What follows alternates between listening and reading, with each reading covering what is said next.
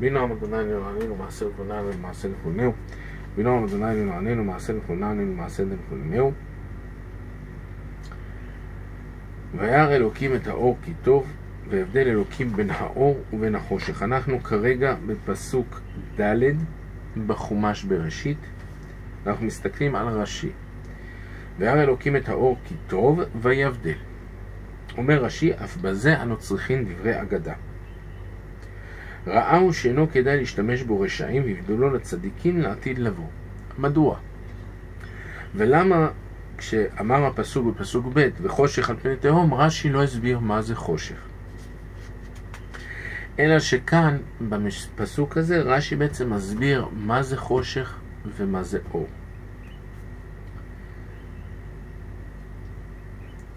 הסברנו בפסוקים הקודמים, הקדוש ברוך הוא רצה לברוא את העולם במידה של דין, והוא אכן ברא את העולם במידה של דין, אבל דין זה אמת. אם תרצו, יש לנו 4 עולמות, אצילות, בריאה, יצירה ועשייה. בעולם האצילות יש רק הקדוש ברוך הוא, אין עוד מלבדו, אמת. ראה הקדוש ברוך הוא שאין ההיעלם, שהעולם, כן? שאין ההיעלם מתקיים. ולכן הקדים מידת הרחמים. כל זה מרש"י פשוט בפסוק ב', סליחה, פסוק א'.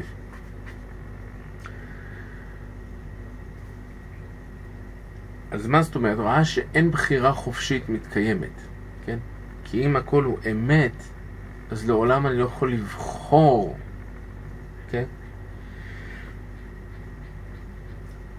עוד פעם, מה זה אמת? אני מדבר על אמת שאומר זה אמת, זה הרצון של הקדוש ברוך הוא מתגלה אליי בכל רמה חברה שעושה גידי. בכל החושים אני יכול להרגיש, להבין ולדעת, זה רצון הקדוש ברוך הוא. ואם אני לא אעשה את הרצון, אוי ואבוי, כי אני ארגיש את זה עוד פעם, אז אין לי ברירה. מי היה רוצה לסבול איסורת? אין דבר כזה. לכן לעולם אין בחירה. גם אם היה שם מציאות כזאת, שהיית יכול לבחור. אין, אבל נגיד, מי היה רוצה לבחור בזה? כן? זה נקרא בחינה של אמת. והעולם הוא אלמא דשיקרא, יש פה כן בחינה מסוימת שמסתירה את הרצון האלוקי. בסדר? שזה בחינה של חסד. שיתף הקדוש ברוך הוא את החסד והדין ביחד, וכך יצא.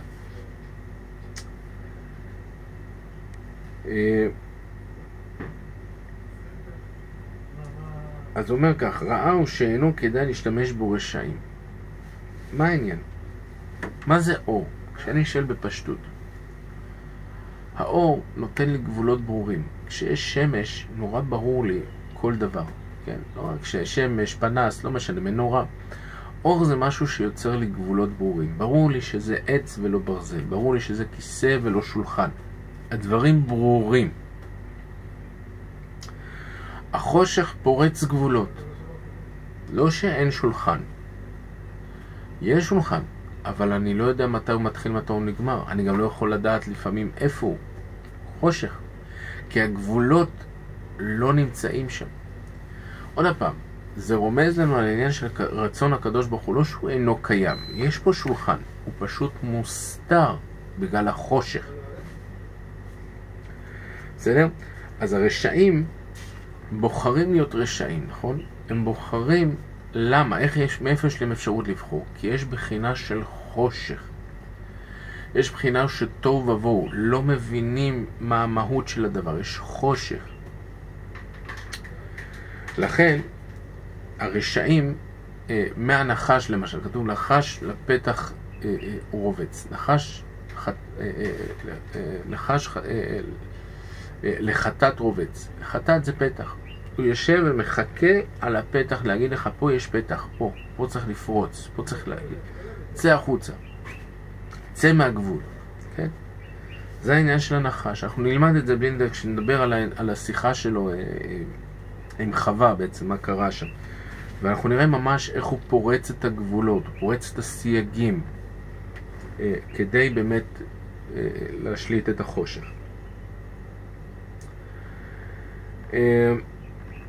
אז ראה הקדוש ברוך הוא שלא כדאי לרשעים להשתמש באור. למה?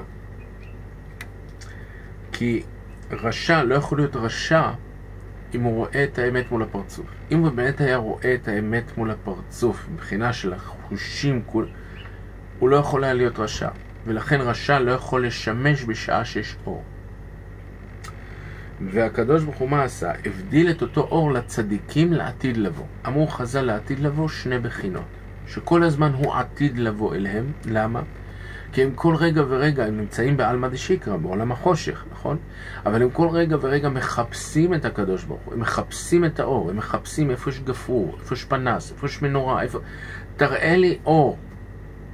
זה עם ישראל, הם מחפשים את זה, הצדיקים מחפשים את האור, מחפשים את רצון הקדוש ברוך הוא, מנסים לראות מה השם שואל ממך, כי אם לראה אותו, לראה אותיות ראייה, רק תסתכל עליי.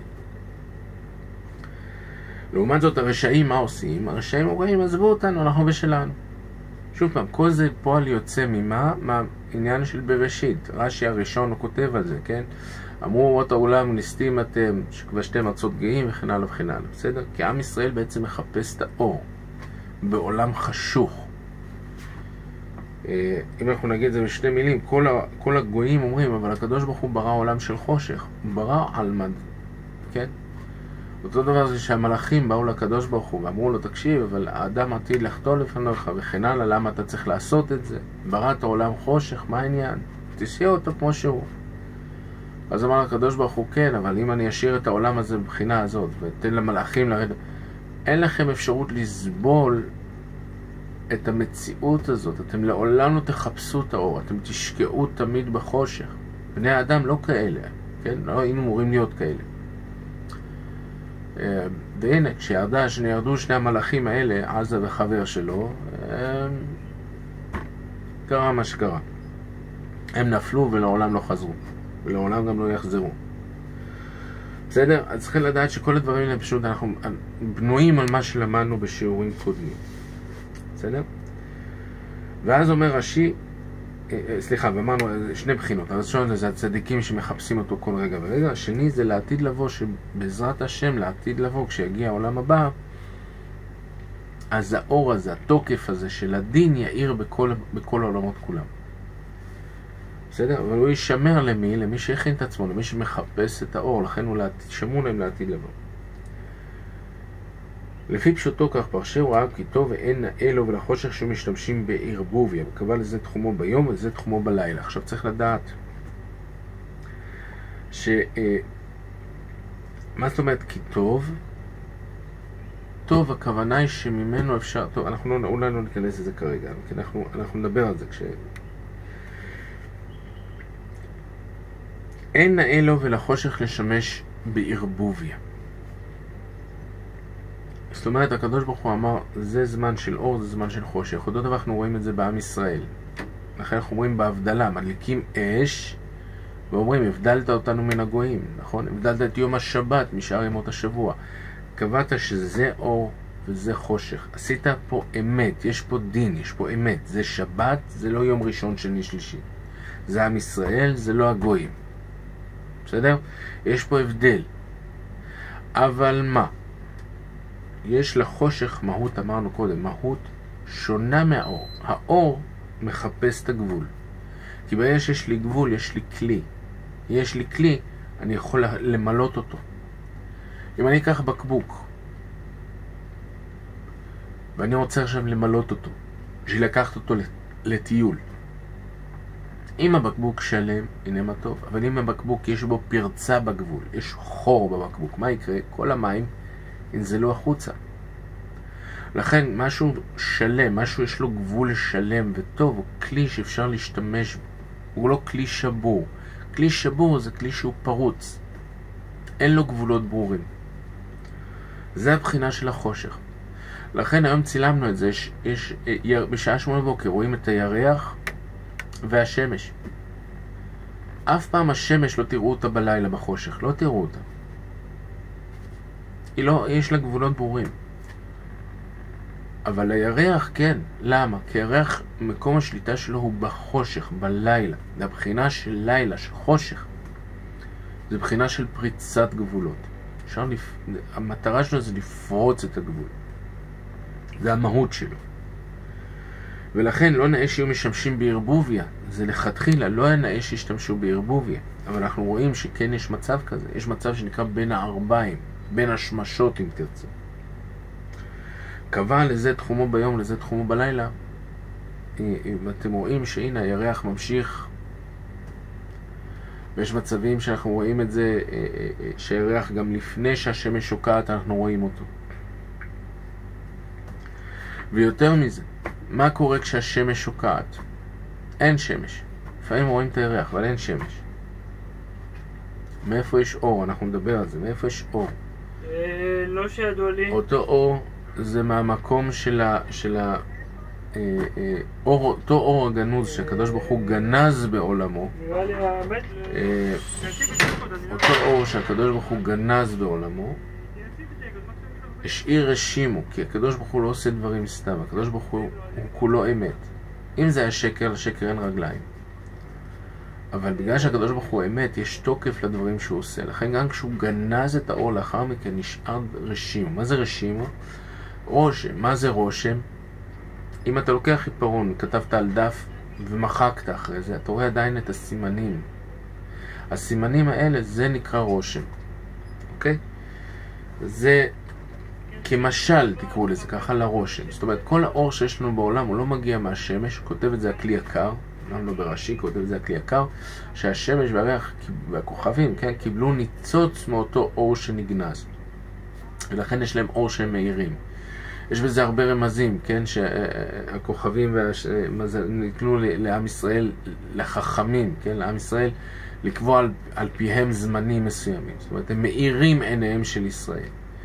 שזה בחינה של חוכמה מסוים מבחינה. טוב, אני לא ניכנס לזה כרגע, כן?